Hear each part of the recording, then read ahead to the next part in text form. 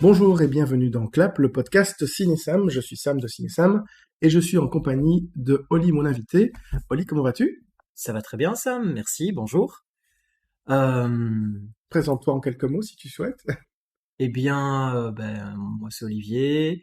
Je partage comme Sam un amour pour les films et les séries. En tout cas, j'aime à le croire. J'ai une assez grande connaissance là-dedans. Et donc du coup, je me lance dans l'aventure avec Sam dans ce petit podcast et en espérant que que ce qu'on dira vous intéressera et voilà. Merci. Oui, effectivement, c'est un nouvel exercice pour nous, donc on essaie un petit peu de faire au mieux. N'hésitez pas à faire part de vos commentaires ou vos remarques dans les commentaires, justement, pour essayer d'améliorer. Euh, on va continuer avec les droits imprescriptibles du cinéphile. C'est le grand dossier de, que qu'on a commencé. Mais nous l'avons commencé depuis le dernier épisode du podcast. Et donc, cet épisode, ce sont des espèces de commandements qui sont inspirés des droits imprescriptibles du lecteur, imaginés par l'écrivain Daniel Pennac. Si vous ne savez pas de quoi je parle, je vous réfère au podcast précédent où on a expliqué ce que c'était. Donc avec l'aide de l'IA, on a imaginé ces commandements, ces droits imprescriptibles du cinéphile. On avait fait les 5 premiers, maintenant on va faire les 5 suivants. Alors le sixième, c'est le droit de zapper une scène ou d'aller lire le résumé sur Wikipédia, parce qu'on est curieux, impatient ou qu'on veut juste comprendre.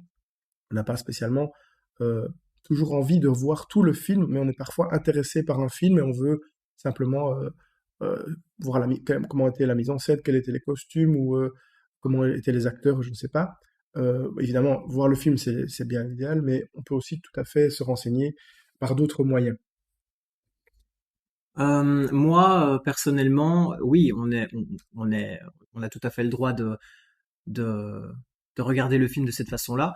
Mais personnellement, moi, je regarde souvent les films plusieurs fois. Euh, alors qu'il y a certaines personnes qui regardent un film et ensuite après c'est bon, ils l'ont vu. Comme moi, par Donc exemple. voilà. Mais donc du coup, moi, je préfère le premier visionnage, toujours regarder le film de A à Z et ne pas sauter une scène ou ce genre de choses.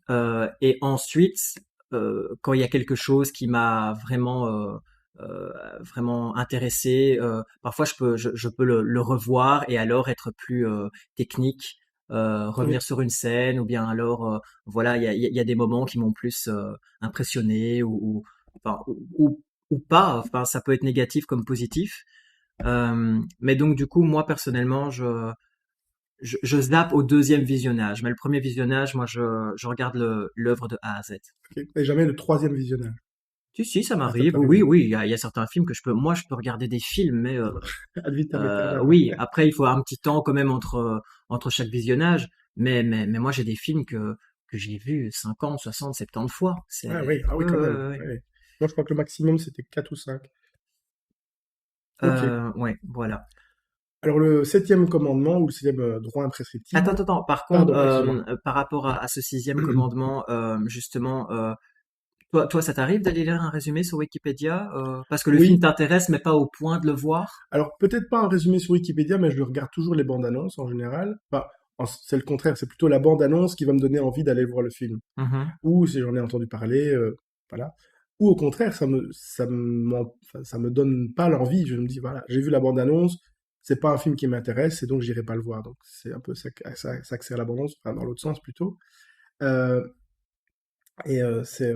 ça peut m'arriver effectivement d'aller voir sur Wikipédia pour des choses, des classiques par exemple que je ne connaissais pas et qu'on me dit, bah, tiens, tu n'as pas vu ce film-là. Je dis, ah oui, tiens, effectivement, je l'ai pas vu, de quoi ça parle. Je vais aller voir peut-être le résumé, mais je vais lire en diagonale, je vais pas lire dans le Ouais, détail. Et si vraiment le résumé m'intéresse, là, je vais aller voir le film. Donc ça peut être aussi une autre manière ouais. Ben, de moi, je suis rencontrer. un peu comme toi. Moi, il m'arrive de lire le résumé et bien comme toi, tu as dit pour quelque chose, pour un classique dont on m'a parlé, dont je me dis j'ai envie de me renseigner et tout ça. Mhm. euh, je vais lire le résumé et je vais même aller jusqu'à la fin du résumé. Donc je vais tout savoir, mais ça m'a pas pourtant m'empêcher de vouloir découvrir le film si après l'histoire m'intéresse quoi. Oui, Parce tout à qu'il y fait. a quand même tout le côté cinématographie, voilà, Oui, il y a pas, tu connais l'histoire certes, mais il y a aussi tout ce côté voilà, comme je disais tout à l'heure, plus technique ou Oui, mise en je scène, pense que nous, toi et moi, avec on a un regard plus. Il y a plein de choses qui nous intéressent bien dans un sûr, film. Il n'y a pas uniquement que la partie passive histoire, du fait de regarder un écran. tout à fait. Euh, ou bien alors, ça m'arrive aussi pour des films dont je suis vraiment très impatient de découvrir, comme Scream, parce que je suis un très grand fan des slashers. Mhm. Et donc du coup, moi, au bout d'un moment, j'ai vraiment envie de savoir qui est le tueur. Mhm. Mais malgré tout, voilà, je serai quand même le premier dans la salle le jour de la sortie. Bien sûr. Euh, voilà, donc ça m'empêche absolument pas d'adorer, enfin voilà, de passer un excellent moment. Oui, oui, tout à Et fait. L'un n'empêche pas l'autre, hein, voilà, c'est c'est sûr. ça. Ouais. Et même parfois, en ayant vu le film, on se dit oui, je me souviens que je l'ai vu, mais tiens, je me souviens pas de cette scène-là, ou je ne me souviens pas euh, comment se finit comment se finit le film. Moi, ça m'arrive souvent de ne plus savoir. Tiens, oui, je me souviens du début jusqu'à peu près là. Mais Mhm. après, je sais plus ce qui se passe. Et là, ça peut, Oui, ça peut nous redonner le c'est ça. déclic Oui, et le exactement. Ouais, ça souvenir. peut être une redécouverte. Tout à fait. Ouais, ouais. On peut passer au point suivant. Oui, oui, oui, vas-y. Ok. Donc, le septième, c'est le droit de pleurer, de rire, de s'ennuyer ou de s'endormir. On a le droit d'avoir toutes les émotions ou l'absence d'émotions sont tout à fait légitimes devant un film. On n'est pas égaux par rapport à ces films-là, au film. Pardon. Ah ben, écoute, moi je pense que oui, on a le droit de. Moi, j'adore regarder des films en me disant voilà, c'est un film qui va un tearjerker, comme on Ah dit oui, tire en larme. anglais, un tire-larme. Oui, maintenant je sais pas si on dit ça en français, mais bon, les tearjerkers, il y a Oui, vraiment oui, un type de film qu'on appelle ça comme ça. oui. Moi, parfois, il m'arrive de mettre un film en me disant tiens, j'ai envie de ressentir une émotion, j'ai envie de pleurer en fait, et donc je vais mettre le film parce que je sais que ça va me faire pleurer, je sais que ça va m'émouvoir, C'est quoi. ça, oui, tu as envie d'avoir des émotions. Oui, C'est ça. Et c'est c'est le assez but, hein. étrange parce que justement, enfin, justement, c'est pas une émotion considérée comme Noble, agréable, oui, c'est vrai, tu agréable. vois. Bah, Donc c'est mm, drôle parce que à la fois on pleure et ça nous fait du bien, mais en même temps, on se dit mais ça c'est déprimant en même temps. Et c'est bizarre qu'on ait ce besoin, je trouve, de pleurer alors que c'est c'est pas forcément, ça nous fait pas forcément du bien au final parce qu'après on a envie de regarder autre chose pour un peu compenser ah oui, je et ne de suis pas tout à fait d'accord avec toi dans le sens où parfois, pleurer peut faire du bien, dans le sens, tu as besoin de passer par cette émotion-là parce que tu étais dans cet état émotionnel-là, et donc tu as besoin de ça avant de passer à autre chose. Mhm. Moi, Ouais, c'est mon t'as avis raison, personnel, hein, mais sans doute, ouais, certainement, c'est ouais. un débat on peut lancer en Mhm, commentaire mhm, éventuellement. mhm, Mais là, bon, c'est normal, c'est humain d'avoir des émotions, donc, et c'est le but du cinéma, c'est de faire ressentir des émotions, en plus de raconter l'histoire ou de montrer des belles choses à mhm. l'écran, ou de montrer des capacités techniques, hein, on pense toujours Ah ouais, à Avatar par exemple. ouais, c'est vrai, c'est Voilà. vrai. Et moi par rapport à ça, je me souviens d'une anecdote. Donc là on s'écarte un tout petit peu des droits prescriptibles, mais je me souviens du film Océan en 2009, si je me souviens bien, de Jacques Perrin. C'est un film documentaire sur la nature qui montre un peu tous les océans, enfin qui montre Mhm, la vie sauvage dans les océans et un petit peu écologiste pour dire attention, il faut sauvegarder les océans et a raison, je pense. C'était en début d'après-midi que la séance avait lieu, je crois que c'était un samedi ou un dimanche, et j'avais bien mangé avant, un bon repas, et grâce au bruit des vagues, au bruit de la nature silencieuse, enfin silencieuse, en fait c'était mhm. plutôt le commentaire qui était silencieux, donc il y a un commentaire, un narrateur voix off qui raconte un peu le film, et à Ouais, des moments il s'interrompt, et il y a des longs moments, des longues minutes, où il y a vraiment que le bruit de l'océan qu'on entend, le ouais. bruit des animaux, des baleines ou des dauphins. Et ça, ce bruit est vraiment très reposant, très Mhm, apaisant. Et mhm. donc là, je me souviens que je me suis assoupi et je pense m'être assoupi pendant une vingtaine de minutes Ouais, ouais. à peu près. Et puis je me suis réveillé en sursaut en me disant, ouais, là, Ouais, je si je me souviens bien, le cinéma. film n'est pas très long, non? Enfin, Il dure une heure 30, je pense, à ah peu ouais, près. Une heure voilà. Ouais, 20 donc 20 peut-être. minutes, c'est quand même une bonne portion du film déjà, quoi. C'est une portion du film. Oui, oui, Ouais. mais bon, c'est la voix en fait du narrateur qui reparlait qui m'a réveillé. Mhm. Maintenant, c'était peut-être moins que 20 minutes. Et au-delà de ça, tu as aimé le film? Oui, mais c'est un documentaire. Donc, en Mhm. documentaire, tu vas pas le voir pour avoir des émotions spécifiquement. Tu vas plutôt aussi pour être informé sur la question ou pour voir ce qu'il en dit. Enfin, moi, c'était mon cas. Mhm. Et parce que j'avais vu des images qui avaient l'air belles aussi, c'était des belles images. Oui, mais On fait après, des moi, images. je trouve qu'on peut ressentir des Ah oui, émotions. oui, tout à fait. Moi, avec l'école, je me souviens, j'avais vu Microcosmos. Ah Je oui, sais pas si tu vois, Microcosmos, oui, voilà, je genre connais. avec la vie des insectes et Le tout ça. Et je peuple de crois que l'air. c'était vraiment, je pense qu'il me semble que c'était le premier vrai documentaire sur la vie des insectes qu'on avait vu projeté sur un grand écran. C'est Ça possible, avait fait son petit effet à l'époque. tout à fait. Et moi, j'avais trouvé ça magnifique, en fait. C'était très beau. Oui, C'était oui, très beau. voilà. Et je me demande si c'est pas belge, Microcosmos. Il me Tu semble que c'est as, belge. tu as, tu n'as pas tort. Je pense que ça l'est. Je pense qu'on va faire un jour, enfin, en tout cas, je prévois de faire un jour un épisode sur le cinéma belge. Euh, si oui, toujours par rapport à ce septième commandement, septième droit, il y a aussi l'histoire de quitter la salle. Donc, on est, comment dire, on est dans un film et à un moment donné, on n'aime pas le film, dans des émotions qui ne nous correspondent pas. On a tout à fait le droit de quitter la salle. C'est pas un vrai commandement, mais on peut quand même le faire. Personnellement, ça ne m'est jamais arrivé. Mais bon, en même temps, j'ai l'abonnement, donc au niveau financier, ça ne me dérange pas. Ça ne change rien pour moi. Je paye toujours la même chose à la fin du mois. Donc voilà, je sais pas si toi, Ça t'est tu pas arrivé, mais donc parce que c'est une question de principe, ou bien c'est vraiment qu'il y a aucun film où tu t'es dit non, là je vais quitter la salle, ça vaut pas que mon temps, quoi. En fait, je pars du principe opposé. Je me dis, quand je vais voir un film, je l'ai choisi.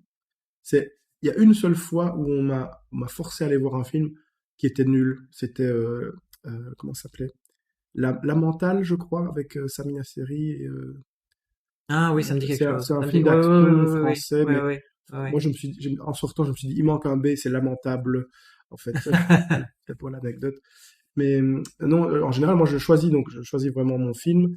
Euh, Ça peut m'arriver de moins apprécier, mais donc là, à ce moment-là, je mets un 4 ou un 5, mais j'ai quand même choisi de le voir, donc je me dis, oui, je laisse toujours sa chance au film quasiment jusqu'à la fin. Peut-être qu'il y aura Donc un du coup, retournement final. donc tu dis, comme tu as choisi, t'assumes. Oui, c'est ça, Et tu vois ça un peu comme ça, parce qu'au final, tu choisis, mais bon, tu es en droit de finalement ne pas aimer ton choix, enfin, oui, de oui, tout dire à fait, j'aime pas le film, tout à et, fait. Mais je et pense que c'est inconsciemment, c'est le fait de se dire, oui, mais alors si je n'ai vraiment, si comme je l'ai choisi, si je dis après je l'ai pas aimé, ça veut dire que moi j'ai fait un mauvais choix et donc c'est quelque part c'est ça te ramène à toi. oui, c'est une dissonance Ouais, je cognitive comprends. et donc je me dis, ben non, en fait, oui, je veux je veux essayer d'apprécier pour justifier mon choix en fait. Et bon, là, c'est Ouais, à tort ou à raison, hein. je Tu comprends ton comprends mon point raisonnement, de je vue. comprends, ouais. Voilà. Et toi, tu as déjà quitté la salle, c'était déjà arrivé? Non, non, ça m'est jamais arrivé, parce que, ben, un petit peu comme toi, bon, je me dis, j'ai payé ma place, le cinéma c'est pas donné, Oui, oui, donc je c'est vais vrai. quand même.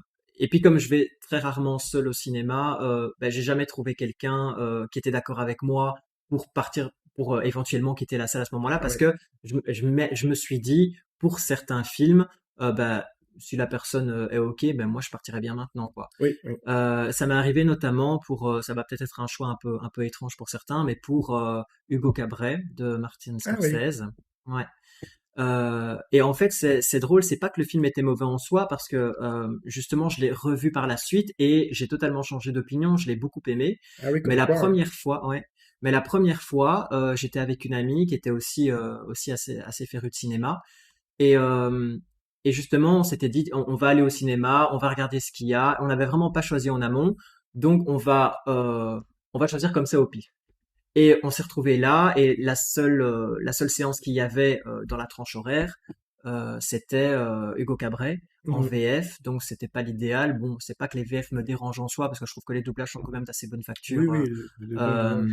C'est à cette époque. Mais en général, je suis plus puriste, plus en VO sous-titré. Oui, moi aussi. Ouais. Et donc on a quand même été, parce qu'on s'est dit on est là, on est devant, mais euh, Pas dans le mood. j'étais pas du tout dans le mood, j'étais pas du tout Réceptif. réceptif, prêt à accepter le film, parce que ça me donnait vraiment pas envie. J'avais vraiment pas la envie de voir ce genre de film-là. Je savais pas quel genre de film je voulais voir, mais en tout cas, je savais ce que je ne voulais pas voir, Oui. si ça a un sens. Non, Et donc, je me suis je comprends ça. ouais, voilà, parfois on sait pas ce qu'on veut, mais on sait ce qu'on veut pas. Oui, c'est ça. Et voilà. Je me dis, ouais, dans ma liste, il y a ce film-là qui est un drame, il y a ce film-là qui est de comédie, ce film-là qui est de la science-fiction. Aujourd'hui, j'ai envie d'aller au cinéma. De quoi j'ai envie? bah, j'ai plutôt envie d'aller voir de la science-fiction, justement, j'ai pas trop envie pour le moment, je préfère une comédie parce que j'ai envie de rire un peu. Voilà, évidemment, on a ça rejoint un petit peu ce qu'on a dit avant, c'est les Mhm. émotions. Mais ouais. Continue, hein. Enfin voilà, donc on s'est retrouvés dans la salle, le film a commencé, c'était encore à l'époque de la 3D, donc c'était une 3D assez, Ah oui, c'est pas encore c'était pas top, top. la 3D n'était pas géniale et en plus elle me donnait un peu la migraine. Ah oui. Donc au bout d'un moment, vers pas longtemps après le début du film, vers la 25e minute, je me tourne vers mon ami et je lui dis, écoute, on quitterait pas la salle parce que ça me fait chier, quoi. Et Elle aimait bien. c'est pas qu'elle aimait bien, c'est qu'elle était un petit peu comme toi. C'était un peu une question de principe. Voilà, on a choisi le Ah oui, film, elle avait on payé sa reste. place, ouais. Et au fait, finalement, ben, au final, je suis content qu'il m'ait empêché de partir parce que ouais, ça m'aurait dérangé de me dire, ben, j'ai payé. Bon, à l'époque, c'était quoi? Peut-être 8 ou 9 euros. Oui, Euh, c'était encore abordable à ouais, l'époque. c'était un petit peu moins cher. Et mais voilà, c'est quand même. J'allais pas donner 10 euros pour être resté 20 minutes dans la salle, ça m'aurait vraiment ennuyé. Mhm. Et donc j'ai regardé le film, voilà, j'ai commencé à plus l'apprécier au fur et à mesure, mais je suis sorti de ce visionnage en me disant ouais, c'est vraiment pas terrible, je le reverrai jamais. Et puis après le Blu-ray 3D est sorti, Ah oui. moi qui suis assez collectionneur de format physique, je l'ai acheté, voilà, parce que j'ai cette compulsion d'acheter les nouveautés et tout ça, un petit peu moins aujourd'hui, mais à l'époque beaucoup, parce que j'avais une télé 3D, je voulais la rentabiliser, Oui, bien sûr, que j'ai normal. toujours d'ailleurs. Et puis du coup, je l'ai revu. Et là, bizarrement, ben, j'ai choisi de le revoir. Je savais en connaissance de cause ce que c'était, Oui. devant quoi j'allais enfin devant quoi j'allais m'engager. Oui. Et là, bizarrement, ben, j'ai totalement changé d'opinion, j'ai eu un tout autre regard et j'ai vraiment adoré le film. Là, vraiment, j'étais beaucoup plus réceptif, j'ai vu vraiment les qualités du film, Mhm. alors que là, avant, ben, j'avais décidé que non, donc du coup, voilà, ton cerveau décide Ah oui, ça de ne bloque, hein. pas l'accepter et ça bloque. Tout à fait, je suis d'accord avec Voilà. ça. Je regardais rapidement sur Ciné Sam la fiche de Hugo Cabret, j'avais mis 9 sur 10, donc moi j'avais beaucoup aimé ce film et je n'ai vu qu'une seule fois au Mhm. cinéma. Mais maintenant, Donc, je mettrais 9 sur 10 comme ouais. toi, mais vraiment, à l'époque, j'aurais mis peut-être 2 ou 3 parce que Ah oui, j'avais vraiment pas. voilà. Non, je sais pas, Oui, c'était quand on n'est pas plus. réceptif, on n'est pas Non, ouais, c'est réceptif ça. à sa Mais place, oui. après, bon, on en reparlera peut-être un autre moment, mais j'ai beaucoup de films où j'ai des changements d'opinion comme ça. Une fois j'aime, et puis ensuite j'aime plus, et puis vice-versa, et puis au fur et à mesure du temps, je change d'opinion sur des films. Je sais pas si toi tu as ça. Oui, ça peut arriver. D'ailleurs, ce sera l'objet, ou c'était déjà l'objet d'un précédent droit du cinéphile, je ne sais plus. Moi, je crois, Est-ce qu'on en avait parlé dans le précédent? je ne sais plus si c'était dans le précédent ou si c'était dans le suivant, à Ok. vérifier. Ben, on reviendra là-dessus parce Oui, que voilà, tout à fait. c'est assez, euh, c'est assez intéressant. Oui, c'est intéressant, effectivement.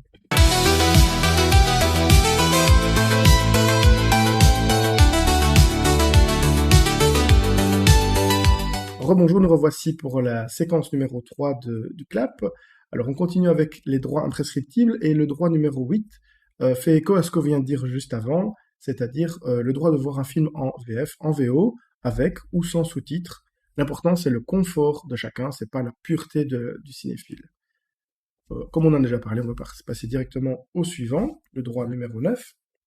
Donc, c'est le droit de regarder un film n'importe quand, tôt le matin, en pleine nuit, voire entre deux réunions. Le cinéma n'a pas d'horaire fixe. Et en plus, maintenant, comme on peut regarder le cinéma à la maison, de chez soi, ça rend encore plus la chose très facile. Est-ce que toi, tu as quelque chose à dire par rapport à ça? Oui, simplement que je suis tout à fait d'accord avec ce droit-là. Je connais quelqu'un qui lui a certaines règles dans le sens, voilà, il ne regarde des films de Noël que à Noël, Ah il oui, regarde oui, des films qui se passent pendant l'été que pendant l'été, voilà. oui. Et il a aussi des non non, ça c'est un film du soir, ça c'est un film Mm. de tel jour, de telle heure, machin. Et je fais mais c'est quoi ces règles à la con? Désolé de le dire, mais voilà. Après, sans manquer de respect, mais je trouve que voilà, tu as envie de voir le film, peu importe de quel sujet il traite, tu vas quand même, si c'est en février et que le film traite de Noël, tu vas pas attendre Le Noël 10 suivant, oui, mois bien sûr. que pour le découvrir parce que t'es pas dans la période de Noël. Mm. Donc du coup, moi, je suis tout à fait d'accord avec ça. Moi, il m'arrive de regarder des films enfin, quand j'ai des insomnies, je regarde en plein milieu de la nuit, je regarde ceux que j'ai envie de voir, quoi. Oui, oui, oui. Voilà. Ben oui, c'est chacun ses envies, hein. Si on a envie de regarder un film de Noël en été, ouais, pourquoi pas. Bah oui, bah oui. J'allais dire why not. Ben voilà, c'est chacun ses envies, c'est un peu le principe. On est bon pour ce Ouais, point-là? ouais, ouais. Le dernier, donc le 10e point pour ce podcast-ci, les suivants seront dans le podcast suivant. C'est le droit de ne parler le droit, pardon, de parler de cinéma sans être expert. Tout le monde ne peut pas être expert de cinéma. Pas besoin de jargon ni de thèse pour pouvoir aimer, critiquer ou partager Hmm. son amour pour un film. Et en fait, l'adage, c'est everyone's a critic. Vous avez déjà peut-être entendu ça. Moi, j'ai déjà entendu ça dans Hmm. d'autres podcasts ou dans d'autres émissions. Et donc, voilà, Ben voilà, on nous peut très bien. c'est un peu ce qu'on fait là. C'est un En peu ce fait, qu'on fait. on se prétend pas du tout expert, on est juste Exactement, passionné et puis bon tout voilà, à on a fait. des petites connaissances à force, mais c'est pas non plus c'est loin d'être du niveau d'un expert. Et puis finalement, qu'est-ce que c'est qu'un expert en cinéma? Parce que moi Oui, personnellement, quand j'entends les critiques officielles d'un oui, film, ça reste quand même des gens comme toi et oui, moi, c'est sûr, avec leur sensibilité, avec voilà, ils ont peut-être déjà des a priori parce qu'ils aiment pas tel ou tel genre de film, donc ouais, ouais, ils seront plus enclins à critiquer négativement un film parce qu'ils doivent le voir en tant que critique, oui. mais ils n'aiment pas le genre. Et oui, je pense que Donc, tu as raison, je te rejoins sur ce point, effectivement. Et moi, ça m'arrive régulièrement de ne pas être d'accord avec les critiques, ou alors tout dans un sens ou dans l'autre, hein, d'ailleurs. Les critiques ont adoré, moi, j'aime pas trop parce que c'est un film un peu trop intellectuel, ou alors c'est un film très blockbuster, très grand public, très populaire, et les critiques, en général, ne sont mhm. pas très bons, très demandeuses Elles sont pas très de ça. clémentes parce que Clémence, oui, justement, c'est merci. Ouais. voilà, il n'est pas ça fait un peu mauvais genre de donner une bonne critique Oui, à un gros blockbuster parce que c'est considéré comme des films un peu bêtes oui. qui attirent la masse. Et pas assez élitiste, peut-être, enfin, c'est Oui. le mot que Mhm. je garde souvent, enfin, que je retiens souvent. Oui, voilà, bon, chacun peut avoir son opinion de chaque film, et on peut très bien aimer un film que tout le monde déteste. Ça Mhm. rejoint un peu ce qu'on avait dit au podcast numéro un. Voilà. On va s'arrêter là pour les droits prescriptibles. Les suivants seront dans les épisodes suivants. Et on passe à la séquence numéro 4, c'est-à-dire le chiffre du jour. Alors, je voulais revenir un petit peu sur la fréquentation des salles, parce que j'ai vu récemment que, apparemment, la fréquentation des salles en France est en hausse, et donc ça, c'est une très bonne nouvelle. Donc, c'est plus de 20 millions de spectateurs je ne sais pas si c'est l'année dernière ou en 2024. Et en Belgique, l'Institut Statbel, donc qui élabore des statistiques pour, euh, pour la Belgique, sur tous les domaines, a publié fin janvier 2026 des statistiques de fréquentation de 2024. Et ces statistiques montrent qu'il y avait environ un peu moins de 15 millions de personnes qui étaient venues en salle en Belgique en 2024. Ces statistiques ne sont pas encore revenues au niveau d'avant le confinement. Évidemment, pendant le confinement, il y avait vraiment une baisse drastique puisque les cinémas étaient fermés. Mais maintenant, on n'est pas encore revenu au niveau de pré-Covid, je dirais. Et ça, c'est un, je ne veux pas dire que c'est un problème, mais c'est symptomatique de notre société actuelle, étant donné que le cinéma se consomme aussi à la maison ou sur les appareils mobiles, etc. Ouais, il y a le prix aussi. Et le prix qui augmente aussi, effectivement, Mhm. ça c'est dramatique également.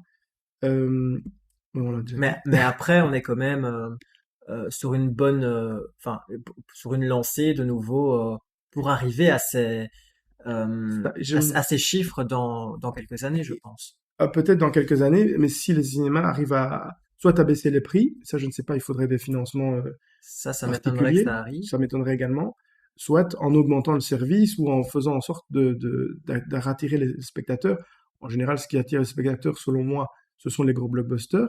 On a eu il y a quelques temps Marty Supreme, on aura probablement en été l'Odyssée, puis fin d'année, il y aura Dune aussi. Il y aura aussi, ah oui, bientôt, il y a Super Mario Galaxy, peut-être pour les Oui, familles. c'est dans un mois, ça. C'est le 1er avril, je crois. Ah, ben, Ça, enfin, début ok. avril. Mais donc ça, c'est au cinéma aussi à se réinventer. Et c'est aussi un article du soir sur lequel j'ai été tombé, qui dit que les cinémas commencent à se réinventer en proposant des concerts, du théâtre, des événements qui ont lieu dans le Oui, cinéma, ouais, j'ai remarqué pas ça. pas seulement des avant-premières.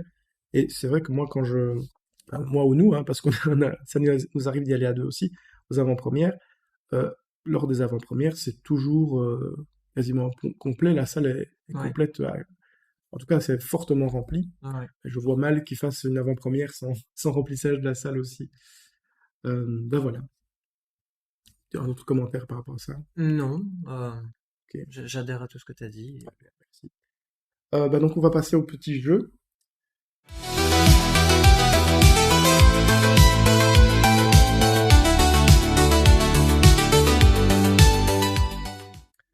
Pour la dernière partie de ce podcast, nous allons faire le petit jeu sur le cinéma. Et cette fois-ci, je propose le jeu qui s'appelle Pop Pop Cinoche, qui est un jeu évidemment de cartes avec une petite roue à tourner sur laquelle on tombe avec des catégories. Et on a un sablier avec 30 secondes pour répondre à chaque question. Les questions, c'est différentes catégories qui sont un peu variables. On les expliquera au fur et à mesure. Je t'en prie, je te propose de commencer à tourner la roue. Ok.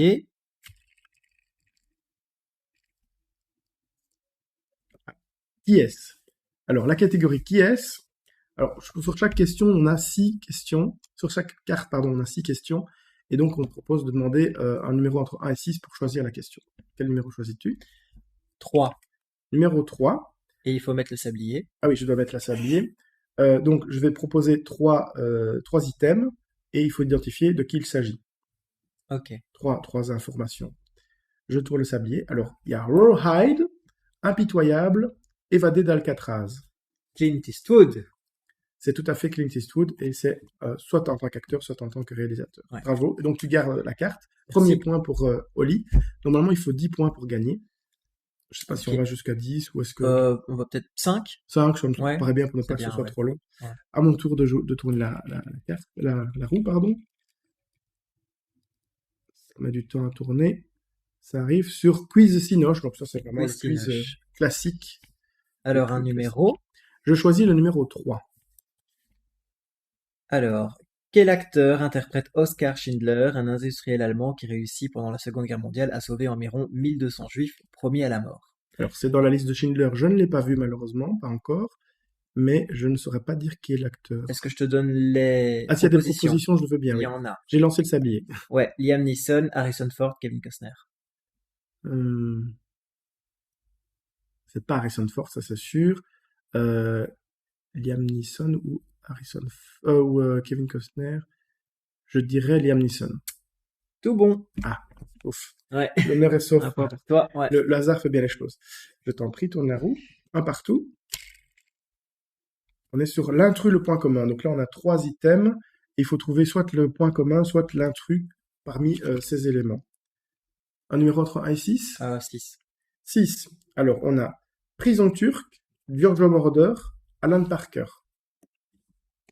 Sablier tourné. Euh, Ah oui, Midnight Express. exact. C'est le film Midnight Express. Tout à fait. Waouh. Donc, Giorgio Moroder, c'est le compositeur de la musique. Prison turque, c'est parce que ça se passe dans une prison Ouais. turque. Et Alan Parker, je crois que c'est le C'est le réalisateur. réalisateur, ouais. Tout à fait. Je ne l'ai pas vu, pas encore.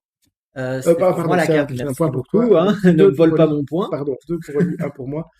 Je mettais la carte au mauvais endroit. Vas-y. Et c'est parti. Et c'est de nouveau Cuisine, décidément. Ouais. On Numéro. va essayer de varier après. Je prends le numéro 2. Alors, dans Whiplash, un jeune musicien se retrouve face à un prof tyrannique et exigeant, mais de quel instrument joue-t-il? La batterie. Oui, tout à On fait. va tourner le sablier. Et C'est c'est Damien Chazelle, le réalisateur. exactement. À toi de jouer. Et on est deux partout pour le Tiens. score. Euh, Alors je dirais qu'il est sur... oui, il est entre les... L'intrus, il est sur Il est l'intrus. sur l'intrus. Point commun intrus. Un numéro entre 1 et 6. 4. 4. Alors, tueur en série. Benoît Poelvoorde. Belgique. Donc, sur la film C'est belge. arrivé près de chez vous. Exactement. Quelle année? Et je dirais 92. J'aurais dit ça aussi, mais c'est pas marqué sur la carte. Ah, Cette question pour moi. Et tu voulais dire quelque chose? non, non, non. Mais en fait, que j'ai vraiment de la chance parce que c'est bizarrement, j'ai ce côté un petit peu autiste où j'arrive à me souvenir des Des dates. noms et des dates mais je n'ai jamais vu ce film. Ah oui, moi Donc je l'ai vu. voilà. Je l'ai vu, mais tardivement, je crois que je l'ai vu il y a 2-3 ans. Et en fait, j'ai identifié qu'il y avait un quartier à Namur qui était dans le film que je connais bien, parce que les bureaux d'où je travaillais avant était tout près. Donc voilà, petite anecdote. Ok. À mon tour de jouer, de tourner la roue. Qui est-ce? Qui est-ce? Identifier la personne selon les indices qui sont donnés. Number. Je choisis numéro 1. Ok, tu peux Je tourner. tourne le sablier. Oui. Fiancé de Sissi, assassin de Trotsky, pardon, vieux Casanova. Je n'ai aucune idée. Je n'ai pas vu les Sissi. Mais si ça se trouve, c'est pas du tout ce film-là. Donc je passe. Je ne mets en gauche. Alain Delon. Ah oui. Ouais. Voilà, j'aurais pas su répondre non plus, honnêtement. Bon, ben, on reste toujours à 2 pour moi, 3 pour toi. Ouais. C'est à ton tour de jouer. Pardon. Bon, la C'est roue bon. a Ouais. fourché, mais c'est pas Bah, c'est pas grave. grave. On est sur Quiz Oui, Sinoche, donc les questions classiques. Un numéro entre 1 et 6. 4. 4. Quel cinéaste très cinéphile réalise en 2016 un montage de 3h15 intitulé Voyage à travers le cinéma français? Est-ce Claude Lelouch, Pascal Thomas ou Bertrand Tavernier? Bertrand Tavernier. Et c'est bien Bertrand Ouf. Tavernier. Alors, en commentaire, c'est marqué: cet énorme travail a nécessité 6 ans de préparation et contient 582 extraits de 94 films. Waouh. Chapeau. Je ne connaissais pas du tout. Ok, bah, j'ai vraiment de la chance. C'est la chance du 4. débutant parce que 4 points pour toi, 2 points il y a pour moi. beaucoup où j'ai répondu vraiment au pif. Hein. Bah non, c'est un peu de la chance, les questions, comment dire, le hasard qui donne les cartes. Hein. On les a pas mélangées, c'est vrai, mais la boîte est neuve, donc on venait sortir les cartes. C'est toujours Quiz Quiz Sinoche. Sinoche Moi, pour toi, Sam, je ouais. suis abonné à T'as Quiz pas Sinoche. y a pas beaucoup de diversité. Numéro? Numéro 6. Complétez cette réplique culte de Johnny interprétée par Patrick Swayze dans Dirty Dancing. On ne laisse pas bébé. Dans un coin. Ouais. La réplique est tellement célèbre. Mais je n'ai jamais vu le film. C'est vrai? Non. Ah. Mais je connais cette réplique, évidemment. Et je connais un peu l'histoire. Bon, ça fait 3 points pour moi, 4 points pour toi. À toi de jouer. Donc, qui est un numéro entre 1 et 6? 1. Alors, nous avons Hubert de Tartas, Le Glaude et Victor Pivert. Ça, je pense pas que tu connaisses. Il y a des propositions? Il n'y a pas de proposition. Si tu dois trouver justement de qui s'agit-il, c'est un acteur. Il faut trouver un acteur. Il n'a pas été réalisateur. Il a été juste acteur, comédien. Je pense qu'il a fait du théâtre également. Oui, pardon, j'ai pas tourné le Je sablier. tourne le sablier. Bon, là, je vais devoir poser des questions. Est-ce que c'est un acteur? Il est vivant encore? Non, il est mort depuis, je crois, 1982, me semble-t-il. Je sais 1983? pas, j'ai envie de... Lino Ventura, je sais pas. Non, c'est la même Non, génération, mais c'était Hubert de Funès. Louis Louis de de Funès. Funès. Donc ce sont des... Hubert de Funès. oui, parce que Hubert de Tartas, Oui, ouais. c'est un des... Je crois que c'est dans Hibernatus, me semble-t-il. Le Glaude, c'est dans... Ah oui, ben ça, c'est tu l'as pas vu, hein. manque à ma culture de cinéphile, c'est que j'ai pas vu beaucoup de films de Louis de de Funès. Funès. Moi, je les ai quasiment tous vus, je pense. Et ceux-là, par contre, je les ai revus plusieurs fois parce qu'ils passent beaucoup à la télé, donc on les regardait souvent en J'ai famille. peut-être vu un ou deux gendarmes à l'époque, Oui, mais gendarme. honnêtement, Louis de Funès, c'est pas ma tasse de Et thé. son prénom, enfin son nom de personnage en gendarme, c'est Ludovic Cruchot. Cruchot, oui. Ici, il n'était pas proposé. Il y avait donc Avec Michel Galabru qui avec n'arrête Michel pas de... Galabru, son supérieur. Ouais. Le Glaude, c'est dans le film avec Jacques Villeray, La soupe aux choux. Ouais, Et Victor Pivert, c'est dans Les aventures de Rabbi Jacob, me semble-t-il. ok. Voilà, pour l'information. Je replace la carte sous le paquet puisque tu n'as pas réussi cette fois. On est toujours à 4 pour toi, 3 pour moi. Et c'est à mon tour de tourner la roue. Arrête, comme ça. Quiz Ok. série TV. Ah, Quiz série on n'avait pas TV. encore fait ça, quiz série TV. Numéro. Numéro 3. Dans la série Twin Peaks, créée par David Lynch et Mark Frost, quel est le plat préféré de Kyle MacLachlan, alias l'agent Dale Cooper? Je n'en sais rien. Je n'ai pas vu. Je vais te le film. dire les Ah, j'ai propositions. dit, je tourne le La sablier. soupe de lentilles, la tarte aux cerises, le carpaccio de saumon. Ah. Le premier, c'était la soupe aux lentilles. Oui. Je dirais ça, la soupe aux lentilles. Non, c'était la tarte aux cerises. Oh. Bon. J'en sors 3, quoi. Ouais. On va encore faire un tour. Ok, Ok. oui, ça va. De toute façon, pour le moment, tu gagnes. Et voilà. Bon, on peut être également perdant. Hein. Ah oui, oui, tout à fait. On joue pour le plaisir du jeu Ok. et pour parler de cinéma. Hein. Quiz Cinoche, pour toi, un numéro entre 1 et 6. 5. En 2019, Mike Flanagan tourna la suite de Shining de Stanley Kubrick. Doctor Sleep. Exact, ça je crois. Je vois qu'il est dans les propositions. Oui, c'est ça, c'est bien. Ok, désolé, je vais lire. quand je sens que j'ai une Oui, réponse et tout ça, je ne laisse pas le temps à la personne. oui, on n'a pas le temps de C'est retrouver ça. Mais la passion qui m'envahit. tout à fait. Donc je vais quand même lire la question complète. Oui. En 2019, Mike Flanagan tourna la suite de Shining de Stanley Kubrick avec Ewan McGregor dans le rôle du petit Danny, devenu un adulte traumatisé. Quel est le nom de ce film? Il y avait Dr. Overlook, Dr. Sleep ou Dr. Redrum. Redrum, c'est pas mal comme Ouais. petite référence, s'il te plaît. Mhm. Donc ça fait 4 pour toi, Merci. 3 pour moi. Donc, Non. 1, 2, 3, 5, 5. tu as Ah 5. ben ça y est, ben, j'ai Tu as gagné gagné. en fait. Donc voilà, on Voilà. peut terminer le quiz. Et enfin, pour terminer, donc bravo pour la, Merci. pour la réussite. Pendant les répétitions, c'était moi qui ai gagné. Donc, c'est chacun son tour. Pour terminer ce podcast, d'abord, je veux te remercier d'être venu. Avec Est-ce plaisir. que tu as des recommandations de films ou de séries que tu voudrais partager avec les auditeurs? Moi, ces derniers temps, j'en ai juste une, et ça, c'est parce que comme je l'ai dit tout à l'heure, je suis un grand fan de slashers, et je suis peut-être pas très objectif, mais voilà, Scream 7 pour moi, c'était un très bon épisode, surtout quand on considère le fait que c'est un septième Oui, d'une saga vieille de 30 ans. tout à fait. Il y a des défauts certes, mais j'ai passé un très bon moment. J'étais très content de retrouver Neve Campbell qui était absente du sixième.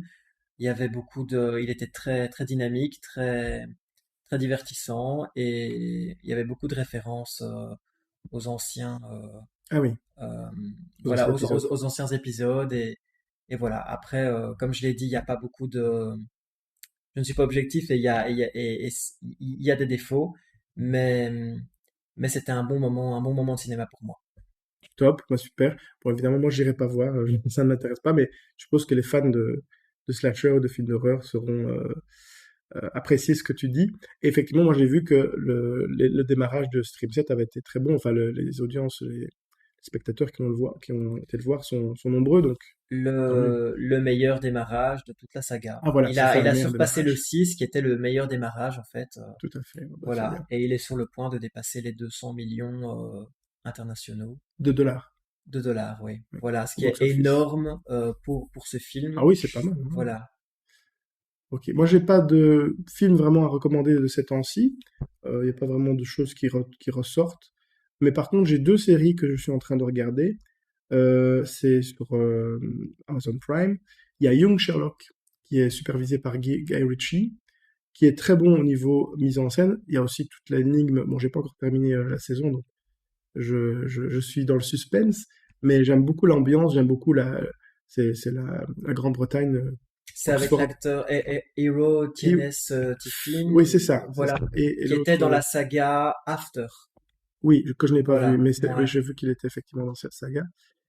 Et donc, on a la mise en scène à la Guy Ritchie, donc vraiment des phases un peu plus calmes, et puis des phases d'action, avec une musique très dynamique, très rythmée, des lumières, un travail de mise en scène vraiment exceptionnel, je trouve, et des costumes d'époque Mm. qui sont très, très britanniques, très anglais, très british. Et attends, est-ce que ça a un lien avec les Sherlock Holmes qu'il a réalisé il y a une quinzaine d'années? Je pensais, mais a priori, enfin, oui, ou peut-être, c'est pas sûr, mais en tout cas, ici, c'est la jeunesse, c'est Young D'accord. Sherlock, donc c'est la jeunesse de Sherlock Holmes, et Mais est-ce que c'est sans censé être spoiler, le personnage de Robert Downey Jr. jeune? Est-ce que ça s'inscrit vraiment je ne dans saurais cette pas dire. continuité? Enfin, ou... En fait, c'est le personnage de Sherlock Holmes tel que écrit dans les romans, donc, enfin, je ne sais même pas si le jeune Sherlock est dans les romans de Conan Doyle, Mhm. je ne les ai pas lus, pour être honnête.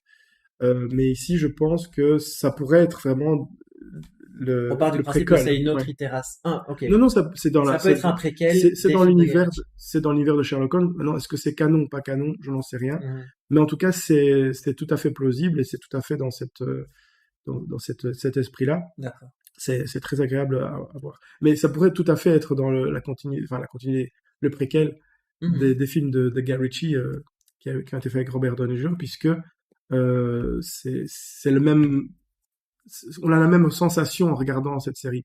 Et chaque épisode dure à peu près 1 heure, donc c'est à peu près, je crois que c'est 8 épisodes, donc il y a à peu près 8 heures Et il y a déjà un de série. Watson dans... Alors il n'y a pas Watson, Non. donc j'allais dire justement le prémisse, donc le synopsis de la série, c'est que Sherlock est envoyé, enfin était en prison. Alors il y a son frère Mycroft, Mhm. donc son grand frère qui travaille au bureau des affaires étrangères, qui arrive à le libérer de prison parce que c'est des petites choses, hein, pas très graves. Et il est mis en pension à Oxford, mais pas en tant qu'étudiant, mais en tant que larbin, que valet qui va nettoyer les bureaux des professeurs, etc. On est dans les années début 1900, hein, même avant la Première Guerre, et investiguer sur un meurtre. En fait, il va y avoir un meurtre dans l'école. Il va être accusé, lui, ça va être lui qui va être accusé, Sherlock Holmes, et il va devoir prouver son innocence pour se déculpabiliser de ce meurtre. Et on suit toute cette enquête qui est de plus en plus complexe. Et donc, c'est vraiment cette mécanique de Sherlock Holmes qui moi, j'aime beaucoup. Ok. Et Voilà.